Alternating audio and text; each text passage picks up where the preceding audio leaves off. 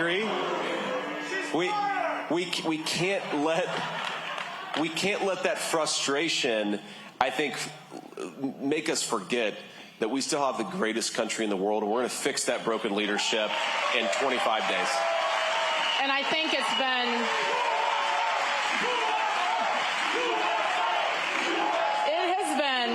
incredible to see the spirit of America over the last 2.5 weeks with the storms hitting the two hurricanes, and with the devastation and the issues and drama surrounding that, which is unnecessary in the minds of many. I have noticed the American spirit living in Florida and watching the news, and there's so much more good here than not. Yes. And I think the people of Pennsylvania really are the definition. Good people who love their country, who aren't afraid to work hard, which is exactly why this dream, I guess, is really right here. That's right. With you right now. And on that note, let's get started, because I want everyone here to have an opportunity to ask these questions. Of course. I said it at the beginning, this is a little bit different, because Kamala Harris and company, I guess she has a running mate, right? Yeah. Are choosing not to do this kind of a format, a true live town hall format that is not run by the networks. It is run by you. On that note, let's get started. We have a couple of questions from the audience. The first question, and I don't know where to look for him, but his name is Michael, with a microphone somewhere. Yes, Michael, where are you?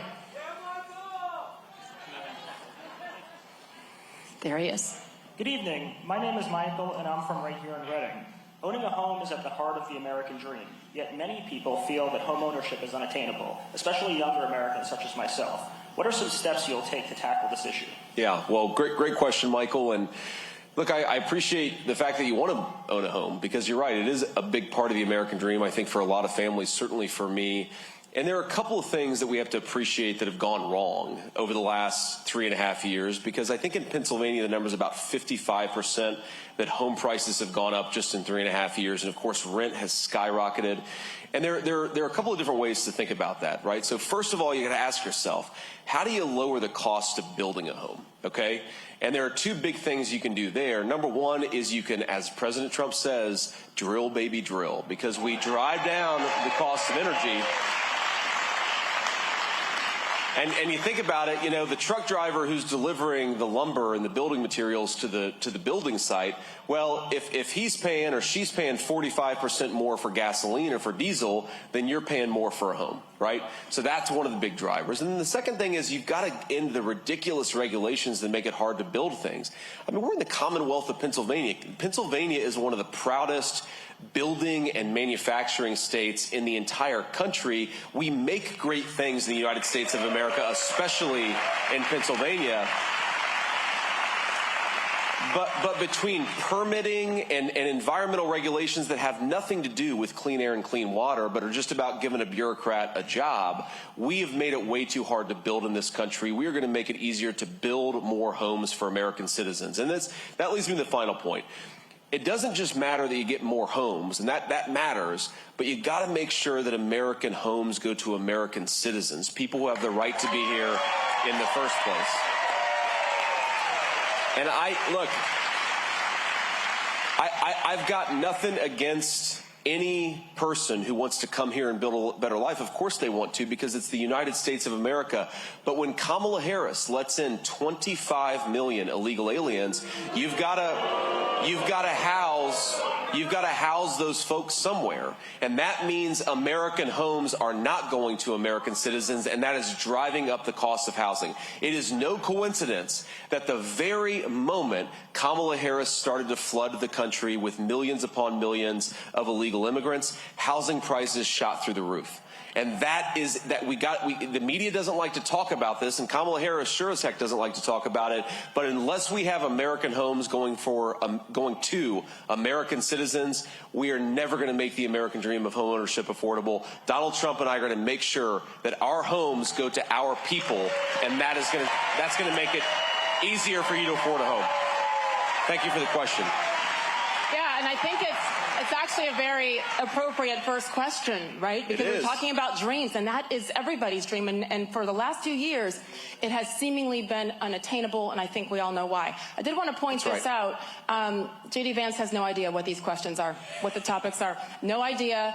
We didn't tell him beforehand. There's nobody in his ear, no cute earrings, there's nothing like that. No. So I'm just reminding everybody that this is all organic, okay? I left my Bluetooth earrings at home, so. Sorry. Next question. Keep them coming, from Lee.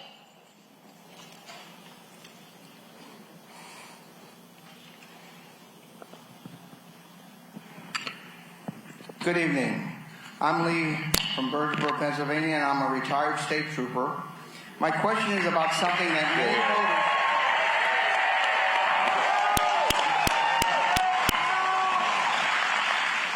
My question is about something that many voters are thinking about as we prepare to go vote. How can we be assured that we can trust our elections will be safe and free from fraud?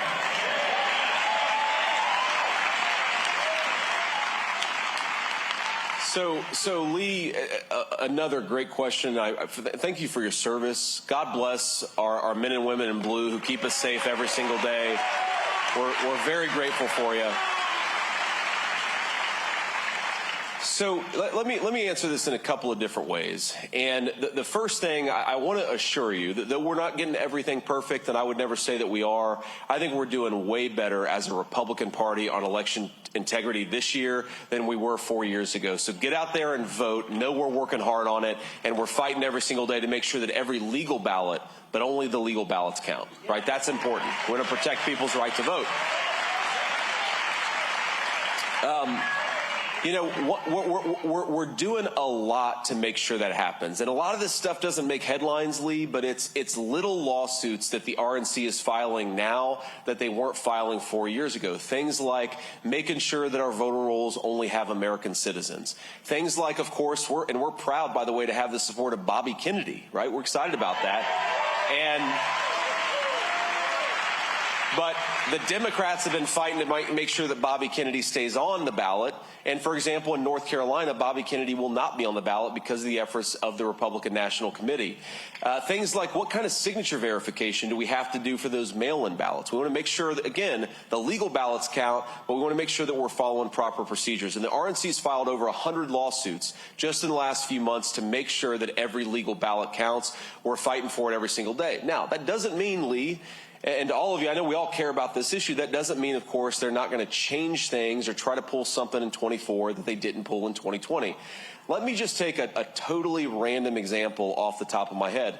Let's say about a month before the Democratic National Convention, they switched out one candidate for another candidate. Maybe they'll try to do that. A candidate who, by the way, got 0 votes compared to Joe Biden's 4. But that is, to me, that is what they're going to try to pull this time. We've already seen it. Now, that does, again, they may try to pull some more things over the next few weeks, but think about what that meant is when you take a candidate that everybody knows, Joe Biden, love him or hate him, everybody had an opinion on Joe Biden, just like everybody has an opinion on Donald Trump, and you replace that person with a relatively unknown candidate just a couple of months before the election, that is a fundamental, in my view, threat to democracy, because that person... You know, agree or disagree with Joe Biden or agree or disagree with Barack Obama, and I'm sure we've got a lot of policy disagreements with both those gentlemen, they at least earned the right to represent the Democratic Party, which is something Kamala Harris never did. So and the final point I'll make on this, Lee, is you know how you make sure that we win in 2024? We make sure that we, and you've heard this term before, swamp the vote. All right, and that's why I point people to this website, swampthevoteusa.com. Check your registration, because if we overwhelm this system with as many votes as possible, we are going to make Donald Trump the next president of the United States, and we're going to save the country.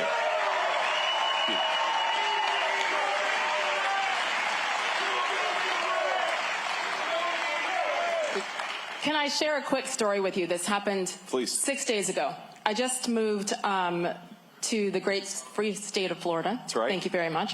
Where are literally you in 3 Florida? weeks ago. I'm in Fort Lauderdale. Okay, great. I'm in Broward County. Okay. Which is family okay with the storm? And everything? Yes, sir. Good. Everybody's good. And a lot of friends are not, though, so we need to continue to support and donate to the right places, Absolutely. which are on the Florida websites, et cetera. Yep. I did want to share this, though, because even in a state that has now turned red the last election, disturbing. Last week, I'm in Broward County, which is a blue county, and I went to register to vote as a Floridian. And I called ahead, and I also looked on the website, and I brought all of the documentation, the car registration, proof of residency, driver's license, passport. I walked in, she said, there you go, fill it out. I filled out the form and handed it to her. And she said, okay, thanks.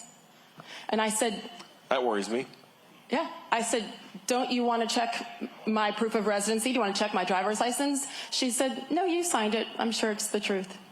So this is in a state that we trust. My point is, to your point, we can't settle. We have to absolutely make sure, because even when you're trying as citizens to do it the right way, I brought it all and I said, no, no, no, ma'am, please check my identification. She goes, no, and if you want to vote now, they're right over there. So I have major concerns because of 2020, sure. But even now when we're much more aware on both sides, and those things still happen. A state can run it properly, but your county matters and who's in charge there. How do we battle that? I mean, I begged the lady to take my passport and my car registration. Yep, yeah, again, it's a great point, and it goes to my issue that we're not going to get all this stuff right. But what I do think is that my strong suspicion, I actually want to run this down, so I may be speaking out of turn, but my strong suspicion is that there are folks at the RNC who are checking these registrations as they come in, because I have heard, not in Florida, but in other states, where we've been able to challenge registrations that are clearly bunk. For example, one of the things we see sometimes, especially with people who don't have the legal right to be here, is you will have people who will register and they'll use a local business, oftentimes like a Walmart. And what we've noticed is that, well, when you have 22 people registering at one address, and that address happens to be a Walmart, then you need the RNC to go in and challenge those ballots as they come in, right? And so we are at least doing that in some of these states, but I want to follow up. You said it's Broward County? Broward County. Okay, so let me check on that. The last point that I'll make here is, it looks like we had maybe somebody. Sir, we love you. Let's give a round of applause. It looks like he's on his own feet, but fortunately he's walking with some assistance. Yeah. Well, God bless you, sir. I'm sorry to miss the rest of the program, but it looks like he's doing okay, so that's a good thing. All right.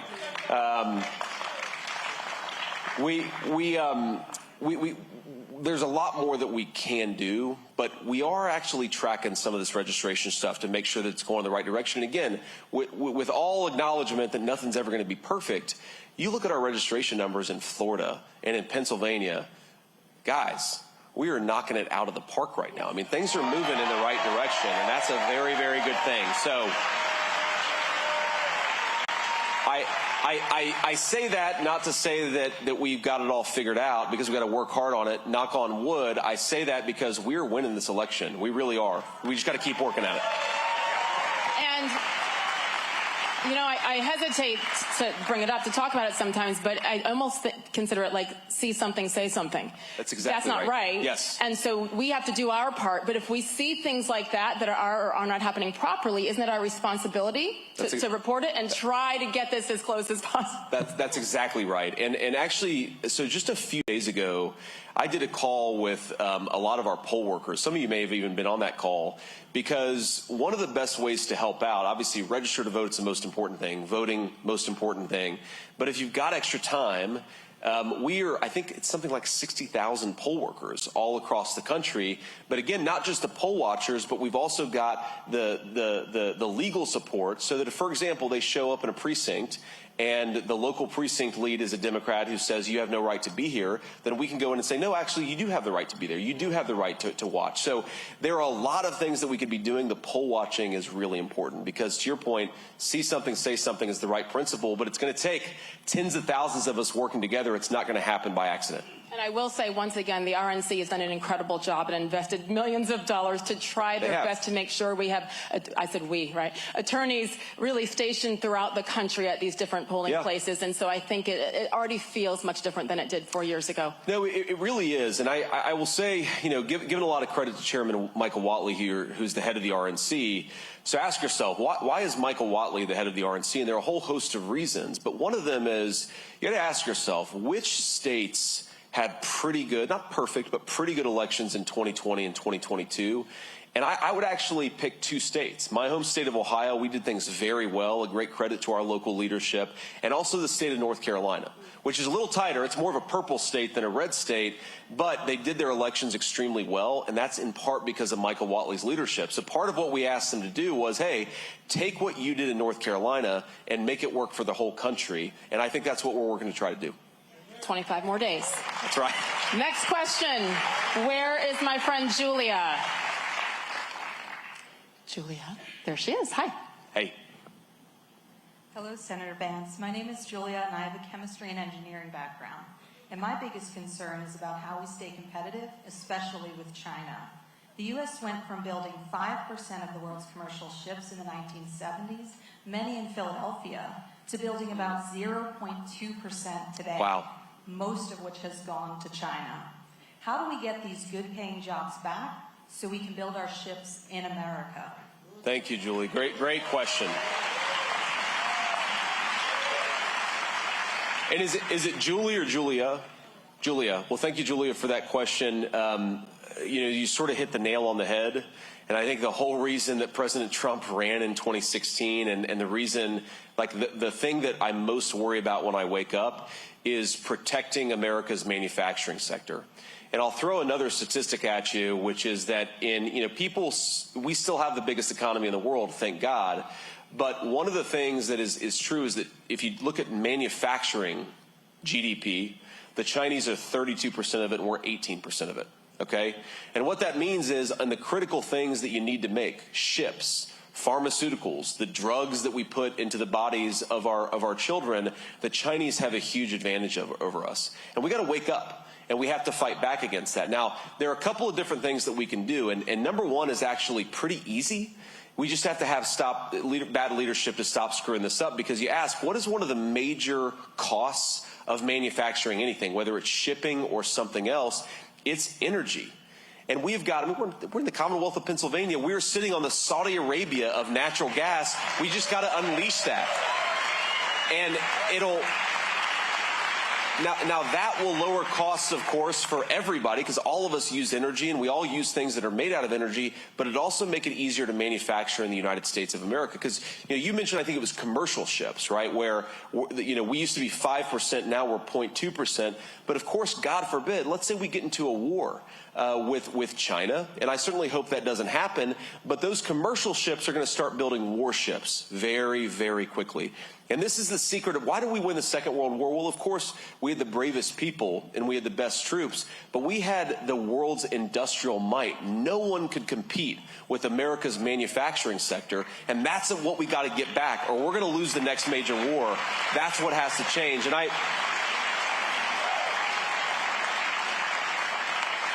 want to answer with something else, too, because, President Trump, I think, really changed the national conversation about this.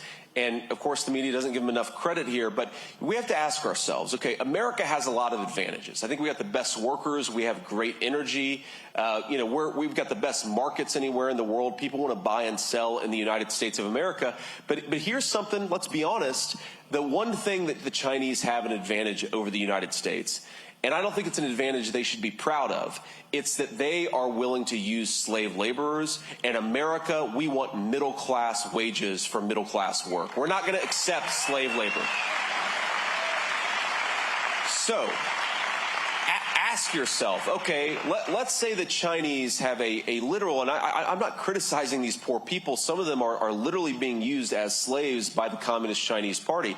Let's say they can get labor for $3 a day, but we want a middle-class American to make $25, $30 an hour because we, of course, want our people to be able to get good wages. We want them to be able to support a family on their income. We don't want them to be paupers in their own country. So how do we compete with, if the Chinese are paying slaves $3 a day and an American worker is earning 100 times that, which they should? The answer is tariffs. The only way. Because here's what a tariff does. A tariff says, if you're going to make that product using slave labor in China, then we're not letting it come back into our country unless you pay a big fat penalty. That's what a tariff is. And when Kamala, look, when Kamala Harris goes against tariffs, and she attacks tariffs all the time, what she's effectively saying is we are going to let slave laborers build products and then bring it into our country, undercutting the jobs and the industries of America. We've got to cut that crap out, protect our businesses, but most of all, protect American working men and women. We got to make more stuff in America. That is what Donald Trump will do. Thank you.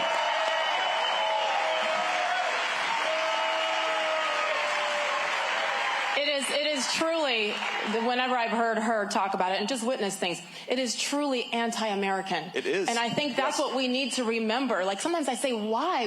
I don't understand it. It is, the reason doesn't matter. It's anti-American and it must stop. The question is, not if, but when you get in office, that's right. How can you and Mr. Trump, how quickly, realistically, can you start to turn that around and bring jobs back from China? You know, some of this stuff is going to happen very quickly, and some of it's going to take longer. And, you know, I think it's important for political leaders to level with the American people because, you know, the American manufacturing sector was destroyed is overstating it, but it was harmed over 40 years, okay? It's not going to happen overnight. But if you just look at what President Trump was able to do in 4 years, right? So there's all the stuff that we talk about. There's rising take-home pay, the fastest in 40 years. There's 1.5% inflation. It's always funny. You know, Kamala will say, well, if Donald Trump gets his way on tariffs, then, you know, inflation's going to go through the roof. It's like, first of all, the inflation is going through the roof because of what you've done. Donald Trump imposed tariffs and inflation was at 1.5%. It doesn't make any sense. But I think that a lot of this stuff can happen very quickly because energy, I mean, look, we are sitting on a gold mine. Drill, baby, drill, right? We are sitting on a gold mine that can be unleashed very, very quickly. You know, you already saw a lot of investment that was starting to come back into our country when Trump was president, but you can do a lot more. Sometimes you don't even have to do the tariff, you just have to threaten it. Right? And that's what President Trump understood about this more than anybody, because he is a business guy, is you got to be willing to use your leverage in a negotiation. You can't go into a negotiation with China and say, oh, yeah, fine, you know, we welcome all of your, you know, built by literal slaves products, because then they're going to take advantage of you. You need to be willing to fight back and to push back and to stand up for American workers. That's what we're going to do. It's going to happen some quickly, some it's going to take a few more years. And I think as Americans and as citizens, I found myself paying more attention. When I go on Amazon to buy something, you can look and see where it's manufactured. Oh, yeah. And I think that that's where we have responsibility as well, to do a little bit more homework and say, you know what? Okay, maybe this isn't the exact color I want, or it's a little bit more for now. But if it's made here, that's the only way to begin that process. Right. Well, and here's another important point. Like, we should have learned the hard way 4 years ago during the height of COVID, when all the supply chains were breaking down, that we've got to have more self-reliance. I mean, look, think about this. Okay, so this happened to me about a year ago. You know, I've got 3 little kids. As you know, little kids get sick all the time, right? So I take my kid to the CVS that's, you know, a mile down the road from our house in Cincinnati. And it's like, okay, this is the prescription for an ear infection that's for my 3-year-old. He's now 4. It's like, oh, well, we don't have that one. So you call the doctor and you get a second prescription. Well, we don't have that one either. Then you get a third, and finally it's the 4th prescription. Think about this. Our country invented the mass commercialization, the mass availability of antibiotics. And now our own children sometimes have to go down the list to the 4th prescription because we don't make enough of our own stuff. So what we should have learned over COVID was not to mask toddlers or to fire nurses because they don't want to take a shot. The real lesson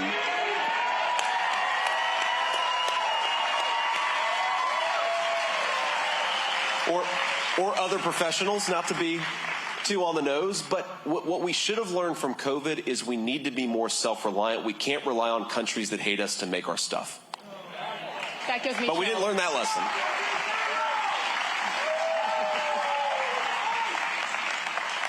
Oh, he's got the fight t-shirt on. That's I see you. Yeah. Very nice. This is a good guy here.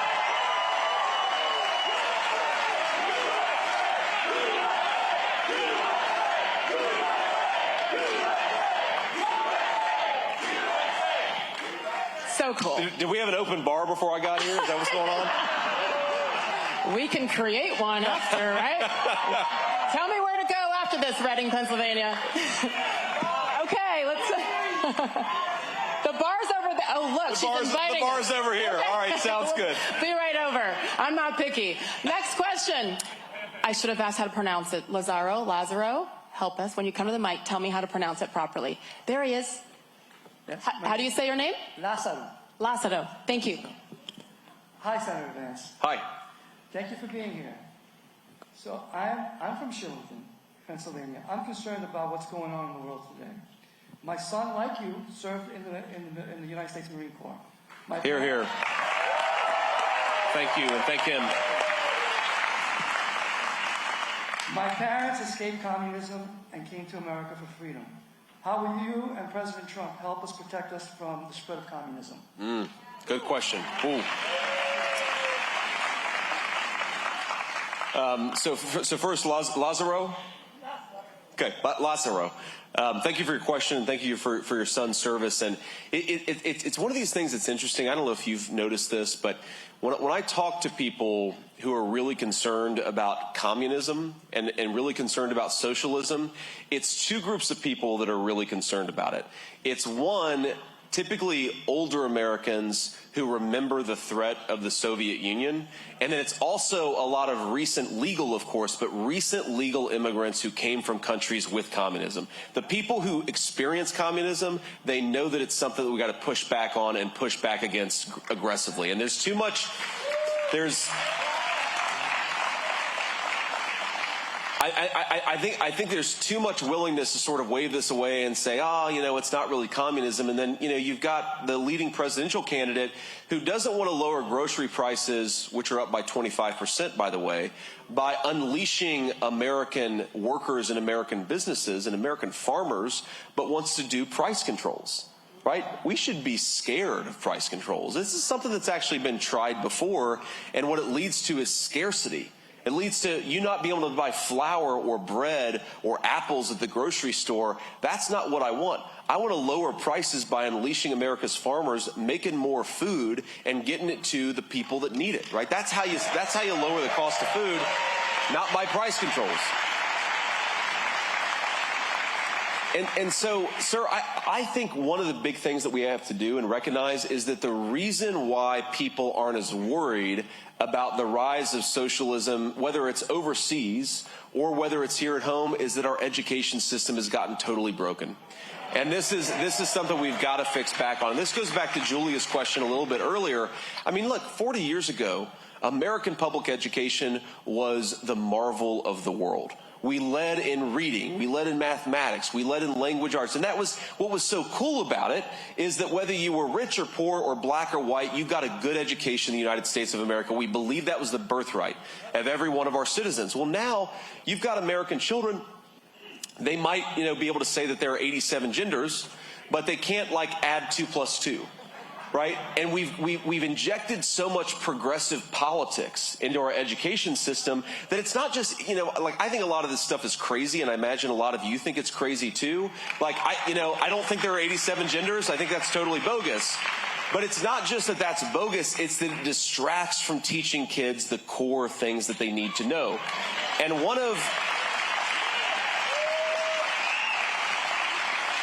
And sir, one of the things I think American children need to know is that there is an alternative system out there called socialism that leads to death and poverty, right? That's one of the most important civic pieces of education that we can give our kids, is to teach them, why has America been so prosperous over 250 years? It's not perfect, of course. We haven't always gotten things right, but we've done a hell of a lot better by hewing to basic fundamental principles, and a lot of these countries have completely gone off the rails. I mean, literal starvation in places like Venezuela because they haven't followed the same ideas that we have. And I think that's something that we have to fix at the root cause of education, because if we keep on teaching young American leaders that socialism is okay, then eventually we're going to make a bad mistake in this country. Frankly, I fear that we're going to do it unless we elect Donald Trump on November 5th. So another reason to get out there and vote.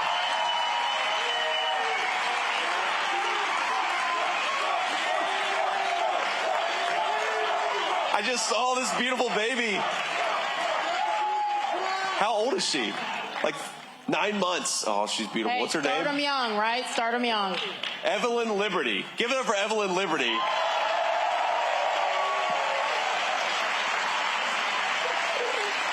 Oh. I mean, JD, doesn't that make you think about a number 4? Yes, I mean, it does. Keep going. Yeah. Talk to my wife about that. Oh, I'm going to talk to her right. Yes. You want to drop right into a marital conversation. That's I want to have a 4th baby. Usha's maybe. Yes, we'll see. A reminder: we are in control of all of that. Yes. What she says is not even talking about it till November 5th. That's what she says. Okay, So she's smart. let's win this election first. First things first. Real quick follow up to what you said. One of the beauties of Florida is the diversity, and so many people who have come over here legally as immigrants and proudly. And I talk to them quite often in Ubers. It's amazing how the conversations begin there. And there was a young man today from Cuba, many from Venezuela, and they bring it up and they say it all the time. Americans don't understand. They don't understand what's at stake and what's on the line because they, to your point, they've never felt it. They've never lived it. And of course, it's not going to be talked about in the mainstream media. So it does go back to education. The problem there is then we have unions and we have tenure. You got to blow that whole thing up. But how realistic is that? Look, I think it is realistic because people have recognized that our education system is failing our kids. So, and it's funny, it's often public school teachers who know the most about how corrupted it's become. Because they don't want to be teaching all this crazy stuff. They want to be teaching kids reading, writing, American history. And I mean, this is one of the reasons, I know this is a big issue in the state of the Commonwealth of Pennsylvania, is we've got to do school choice to give parents ownership over their kids' education. And there's also, there's something here which I think, look, we're Republicans. We typically believe the government should be smaller. We don't want the government in our bedrooms. We don't want it controlling our lives. But there are things that the government needs to do and needs to do well. Like it needs to do immigration enforcement, and it needs to do it well. When the government is in, this is, of course, local government, but when the local government is educating our kids, we want them to do it well. And this is competent government. We've got to get back to that, right? Smart people running the government and making sure it does its job. Yes, we want it smaller, but when it's doing something, we want it to do it well. We're not asking for that much, are we? Right. Apparently. Yeah, we figured it out. I mean, look, we apparently had education figured out pretty well 40 years ago, and it's by getting away from some basic truths that we've screwed it up. And once again, to all those teachers in the audience, besides Julia, yes, thank you. Thank Seriously, you. It thank is you all. a thankless job quite often between the teachers, the first responders, our military servicemen and women, the medical professions, all of these people. Yes. Of course, we all were affected so greatly by COVID, but of course. I mean, you are on the front lines, and I thank you for the patience with my 3 kids in particular, and in general, because it is a tough job, and we love you for it. God bless you guys. Thank you. Keep it going. Where is Gwyneth? Another question. It is from Gwyneth, right here in the front. Senator Vance, thank you for being here tonight and taking questions from voters. My name is Gwyneth, and I'm concerned about the federal government's overreach, especially the Department of Justice and the FBI. How will you and President Trump help control the out-of-control federal government? Hear, hear.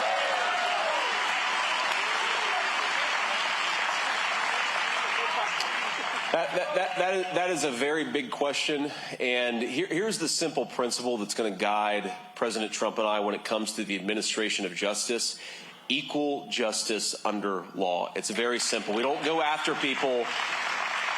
You don't go after people because they disagree with you. You don't try to throw a pro-life father of 7 in prison because he dared to protest. You don't throw a parent.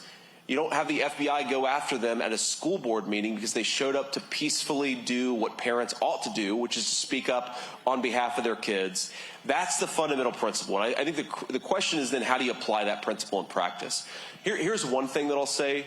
The most important job, and this is a bit of a hit to my ego, but the most important job after President of the United States in the next administration, it's not me, it's who we select as Attorney General. You need an Attorney General who believes in true equal justice under law. And look, I think we've got a lot of good candidates. It's one of the reasons why, by the way, we want to get Dave McCormick elected senator from the state, the Commonwealth of Pennsylvania, is because when we make that nomination, when President Trump nominates an attorney general, we want to make sure that person can get confirmed, right? And that's a really important part. But here's what you then have to do. Because let's be honest, Merrick Garland, I think, is one of the most corrupt AGs we've ever had in this country. But it's not just Merrick Garland, right? There are some people that clearly report to Merrick Garland. I had this conversation probably about a year ago with a field officer in the FBI, and he came up to me and he said, look, sir, we're trying to do the right thing. You've got a lot of great law enforcement people at the FBI, but he's like, the leadership of our agency is so broken that you've got to clean house, and that's what we're going to do. We are going to...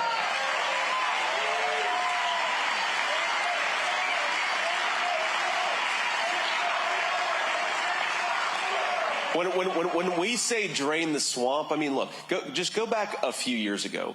You had the entire government, you had an impeachment, a fake impeachment that was completely oriented around the idea that Donald Trump was in bed with a foreign government. We all remember that, the Russia scam, okay? That scam was a complete lie. And even the independent Justice Department investigator basically said this is all completely made up. But here's the problem. They admit that it was made up. They admit that it distracted this country. It led to a fake impeachment. How many people have been fired from that? Zero. And here's what President Trump and I are going to do when we get in there. We're going to fire the people who are responsible for the corruption of our Department of Justice.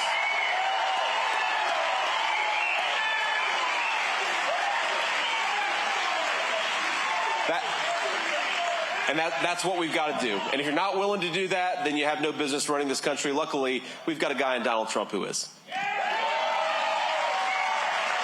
So, can you record it so we can see what it looks like when you fire them? And is it that you're fired? Is it a pink slip? What does this look like? He does actually like to do that. He does. I mean, look. One of the reasons he's one of the more famous people in the world is because he got famous firing people. And it's funny, you know, that's the kind of person you actually want cleaning house in Washington, D.C. Because, I mean, Sage, go back to the disastrous Afghanistan withdrawal, okay? And, you know, it's so sad because these are, I mean, young people at the prime of their life. They're the very best of us. They put on the uniform, and of course, 13 of them lost their lives. And I've talked to a lot of the families, the moms and the dads, the sisters of these beautiful young Americans. And you know what they'll tell you? They're not even that, of course, they're sad, but they're not angry that they lost their loved ones. What they're angry about is the lack of accountability that happened afterwards. And we have to ask ourselves, and I had to fact check this because I couldn't believe it. How many in the Department of Defense bureaucracy, senior leadership, how many people got fired after that disastrous withdrawal? Zero. I mean, to people, especially those watching at home, who just want their government to function and work properly, you can't do that unless you're willing to fire the people who screw up. And that is what I think President Trump will do. As you said, Sage, he really likes to do the "you're fired" thing. And, you know, maybe we can even turn a TV show into it, right? We'll just bring in the most corrupt people in the federal government, and we'll let Donald Trump do his thing. We'll clean house, and we'll make the people's government work for the people again. I mean, it would be great on social media. Hashtag BTS behind the scenes. Take us back there to see it. The A word. And you know what? Hey, accountability as a parent. Yes. I mean, you're not going to have normal kids, good human beings, young adults without accountability. So if we're expecting it from our children and our employers, we have to expect it at the top. That's why there's no trust, because there has been no accountability. That's exactly right. So I think the trust thing, and I've felt that a lot. And sometimes it's regardless of who's in office, right? What are the essential, or maybe the most immediate ways to rebuild that trust? Draining the swamp, number one. What else? Yeah, so can I tell you a story? A good friend of mine made this observation about federal bureaucrats once. He said, you know, most people, when they lie to you, they'll just say, well, no, that's not what I said, or they'll kind of try to distract from it, or they'll try to avoid it. But our federal officials will do what toddlers do, which is when you say, hey, you did that thing, they won't try to distract from it. They'll say, no, I didn't, you did. And I'll give you an example. So I'm a baker. I don't know if you knew this. I'm a big, my son and I, my 4-year-old in particular, we like to bake a lot of stuff. So I was making cookies with him a couple weeks ago. I'm sorry, how cute is that? I love that. Keep going. What do you bake? Cinnamon rolls, chocolate chip scones. That's what we made in the past little bit. But we were actually making making an Oreo cake. So like a cake, but had little chunks of Oreos in it. So I go to the bathroom, wash my hands, come back, and we had like 4 Oreos sitting there, and then we have 2 Oreos. It's like, all right, I'm not an expert at math, but something doesn't add up here. And so I look at my 4-year-old and I said, buddy, did you eat an Oreo you weren't supposed to? He said, I didn't eat him, you did. And that's how our federal leaders lie, right? And it's like you ask people, this is why I bring this up in the context of this question is, you go to somebody at the Defense Department and say, you screwed up the withdrawal from Afghanistan. They'll say, no, it wasn't, it was you. Wait a second, we weren't in power, brother. We were nowhere near the Oval Office when these decisions were made, or the Pentagon, and this is the shamelessness. And I've seen this in the context of the Afghanistan withdrawal, which happened like 2 years after Biden and Harris took over. They would say, well, it's Donald Trump's fault. What? That's like my son saying, I didn't eat the Oreos, you did. It's the craziest thing, but this is what they do, and you've got to just be willing. What drain the swamp really means, you asked about that, what it really means is you investigate failure and you have accountability. Now sometimes people screw up, you give them a second chance, but you don't give them like a 9th chance. And what we've got to do is investigate failure again, and when people require it, fire the people who keep screwing up. That's the only way you can return government back to the people.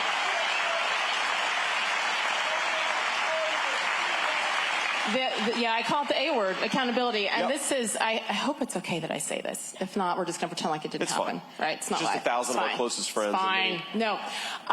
Watching the debate, by the way, he put on a clinic, did he not? I mean, thank you. That was fun. I had a good time. That was amazing. I'm like, in my next life, I will be as smart as J.D. Vance and be that quick. It was amazing to watch.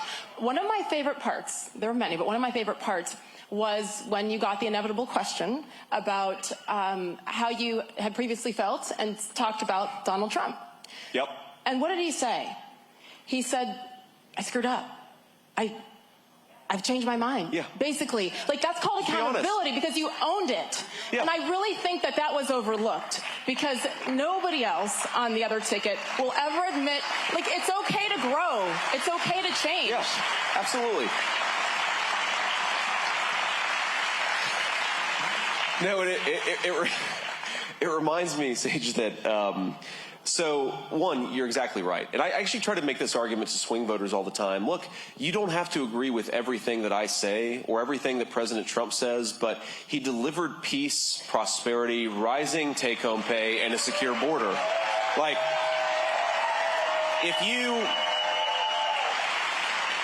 if you said in 2016 that wasn't going to happen, that's fine, but then admit that you screwed up and you got something wrong. And that's what I did. And I think that's important, is to say, oh yeah, I screwed that up. I was wrong about the guy. Also, by the way, I realized that the media lies about him to a ridiculous extent, that half the things you hear about him are straight up made up.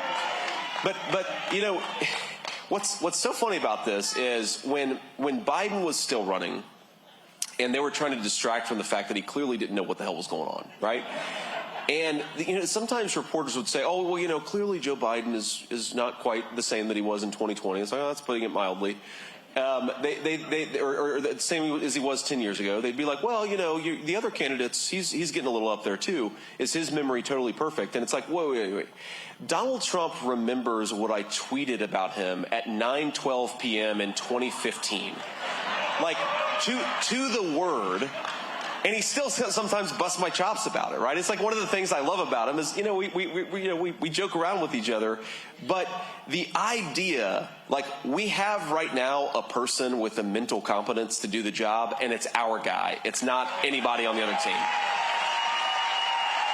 Trust me, I know. He will never let you live that down. Oh, no. I talked to him like, 3 days ago, 4 days ago. And I talk to him every day, but a few days ago he was like, I wasn't always sure about you, JD. It's like, I understand, sir. I understand. Yeah, again, I'd love to be a fly on the wall for that conversation. Tell your son to get a little more creative. Like, obviously you didn't eat the Oreos. He could have blamed it on his sibling. He went to you. Yeah, like, let's that's work right. on this. Okay, or not. Actually, he's only 4, so I don't know that I want him to be a better liar. No. Maybe I'm okay with him being a really bad liar. That's a good thing. I don't want him to be in politics. No, yeah, exactly. Politics or mainstream media. Yeah. Trust us. Don't do it. Okay, time for one more question. One more. I could go all night, but he has places to be, things to do. One more question from Rossi. Where's Rossi? Good evening, Senator Vance. My name is Rosie, and I'm a legal immigrant from the Dominican Republic. Amen.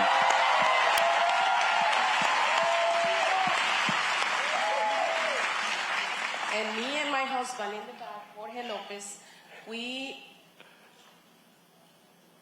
have a small business. God love you guys. Great. Thank you. We provide an important service to our community in our auto repair shop. And like millions of Americans, I would like to know, what would you do for small businesses? Great. Thank you. Well, we want to do a few things. First of all, I know you don't have the microphone anymore. I'm very curious about what your business. Can we give her microphone back? Yeah, that'd be great. Could you just tell me a little bit about your business? What do you guys do? We have a repair shop. Oh, great. Yeah. Called a garage. Okay, we repair cars. That's wonderful. Especially European cars. Okay, good for you guys. That's great. So that's what I love about this country. You come from the Dominican Republic to repair European cars in Eastern PA. That's a hell of a country. It's a hell of a country. So one is what the biggest complaint that I hear from small businesses, whether it's repair shops or cosmetologists or small grocers. We were not too far from here actually talking to a couple of folks who started a Latino-focused grocery store about 2 years ago. It's costs. Things are way too expensive right now. It's way too hard to do business in the United States of America when everything's getting more expensive. And as much as Kamala Harris tries to run from this, and she'll say, well, on day one, we're going to tackle the affordability crisis. Well, day one was 1,400 days ago. The problem is bad because she failed, and we've got to do better. Here's what we're going to do. And the first thing that we're going to do to lower costs, and it'll help small businesses, but it'll help everybody else too, is we're going to unleash Pennsylvania and American energy markets. We're going to get the cost of energy lower, because I'm sure you'd back me up, but if the cost of energy is lower, the cost of especially a car repair shop, that is a major driver of what makes it harder for people to do business. Is energy's more expensive, but that means everything is going to get less expensive because everything we make with energy. That's the number one thing. I think the second thing that we're going to do is for all small businesses is, you know who really loves all the regulations and the overarching bureaucracy? Big companies, because they can hire the lawyers that deal with these things. We want everybody to be able to compete at a level playing field.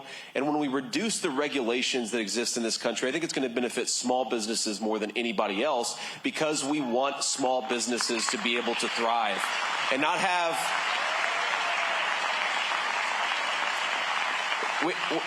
We don't want a bureaucrat knocking on your door every time you try to do something. We want to empower you to do something, because that's what creates wealth and prosperity for our people. The final thing I want to say is that President Trump has proposed an incredible economic set of ideas that really rewards people who build and make and hire in the United States of America. What he said is, we're going to lower tax rates for working Americans, and that's great.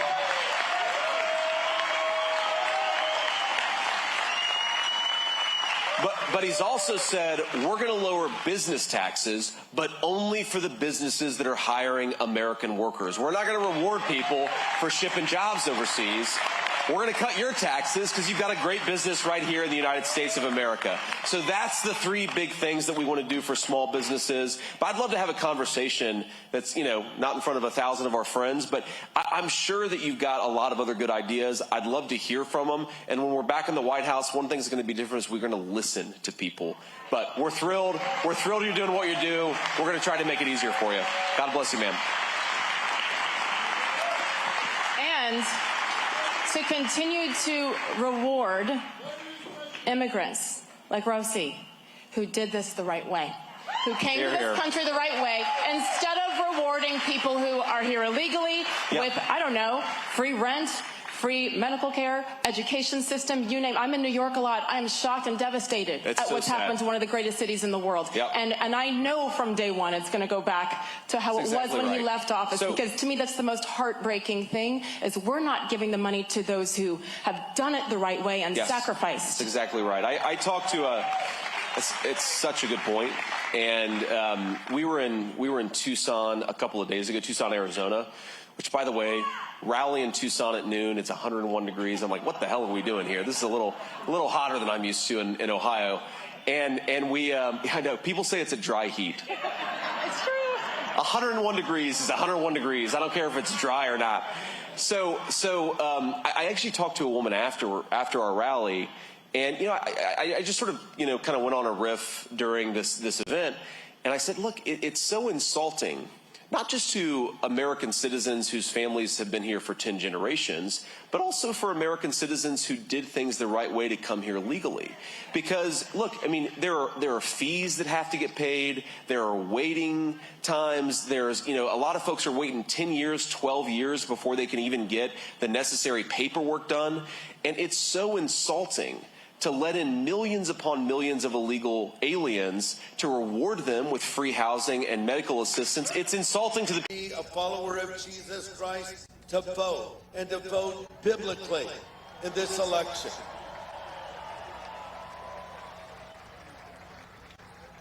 No election in my lifetime is as consequential as this one. So we all paid thousands of dollars in fees and legal expenses just to become an American citizen, and she is pissed off at the illegal immigration problem because it's insulting to her. And I think this is, the media, of course, says, well, this, Donald Trump's immigration policies are not compassionate. Well, they're sure as hell compassionate to newcomers who did it the right way, and they're compassionate to American citizens, and that's who our compassion should be focused on as American leaders. And we see it on the streets of America everywhere, with homeless people, with veterans who have paid their taxes. They've done everything really the right way and have hit hard times, and they need our help, not people who are doing this the wrong way, thanks to our government allowing it. My final question is this. My goodness, it's been how long? 8 weeks? I lost count. 8-9 weeks, about that. How often what's your average amount of sleep each night now? That's not the question, but. Well, I mean, I don't sleep a ton, so, 5-6 hours. It's not bad. Here's the thing. You can't do a rally at like 2 in the morning, right? Yeah. So nobody's going to show up to a rally at 2 in the morning unless I bet these people would show up. That's true.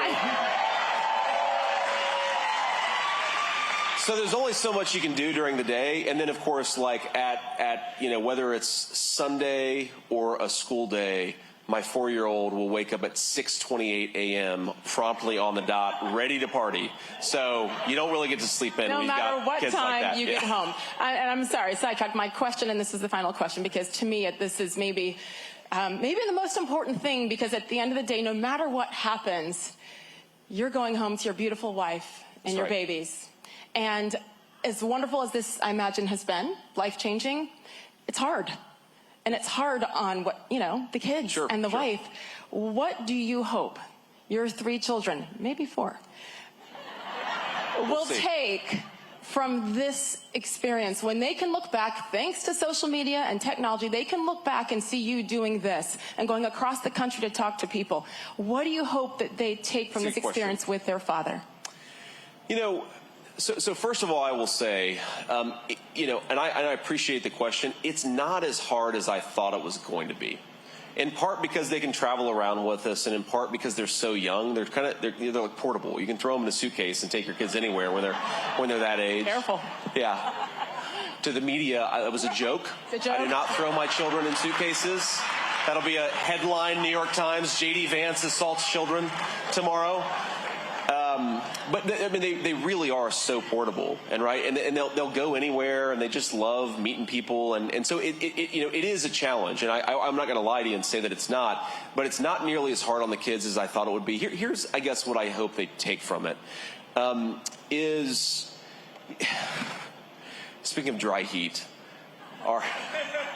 we were in Scottsdale like 4 weeks ago, and it was 116 degrees, and I was carrying 2 of my 3 kids, and somebody was like, "Oh, don't worry, it's a dry heat." I was like, Kamala Harris voter. But 116 degrees, I don't care if it's dry. It's miserable. But I hope that they take an appreciation for the generosity of the American people, of like 330 million people. We're not going to meet most of our fellow citizens. I'm probably in that rare group that gets to meet way more people than most everybody else. It's like the nature of running for vice president. And here's what I mean by this. So I met this woman, it was before a rally, I think it was in Michigan, a few weeks ago. And she came up to me, and it was sort of a photo line before we went out to the stage, and took some questions from reporters. And she was talking about everything that was sort of going on in her life. And she spoke to me for about 30 seconds about food. That was the thing that she was most worried about, is the cost of groceries. And how, there are just things that she had to cut back on. There are things that she couldn't afford. And I realized, like, I'm running for vice president of the United States. This poor woman is worried about paying her grocery bills. And, having been raised in a family where we were sometimes worried about that exact thing, I felt a certain kinship towards her, because I knew exactly what she was going through, even though, I'm not going through that myself in 2024. That was like 30 seconds of the conversation, just her talking about not being able to pay for her groceries. She then spent the next 3 minutes saying that she prayed for me, she prayed for my wife, and she knew the 3 names of our kids, and she prayed for each one of them every single day. And we get choked up a little bit, but when I say appreciation for the generosity of people, I mean that I hope that my kids realize that there are people out there who can't pay for food that are praying for them every single day. And that to me is a testament to the fact that we have the greatest country and the greatest people anywhere in the world. And I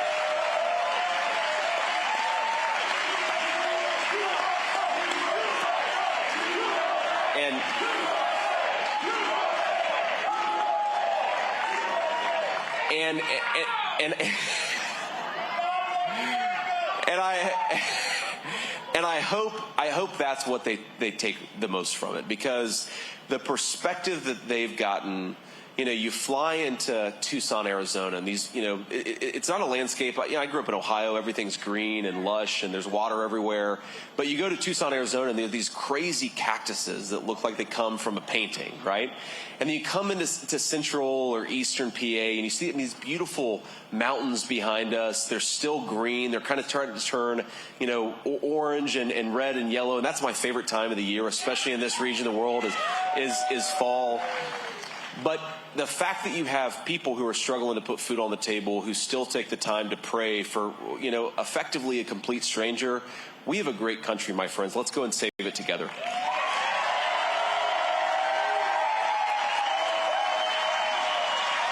On that note, with the prayer, I told them earlier that I'm an Army brat, and my dad went to West Point, and when we were kids, he made us memorize part of the cadet prayer. Okay, great. And we had to recite it. So if he's watching, Dad, and I hope I get everything right. But this applies so much to what you just said, and I think what this country is going through. This is the part he made us memorize. Help us to choose the harder right instead of the easier wrong, and never to be content with a half-truth when the whole can be won. I'm going to repeat that. The harder right, not the easier wrong. A lot of people in this country have chosen the easier wrong because it's easier. Yes. Chosen to not have a tough conversation because it's uncomfortable. You can go down the list. But we now know the truth, and we cannot be content any longer with a half-truth, because No, we we can't. know what the truth is. And thanks to this man and Donald J. Trump, we can bring it back again. I have faith, and I am so grateful Amen. for you. Thank you. J.D. Vance. God bless you guys. Thanks for having me.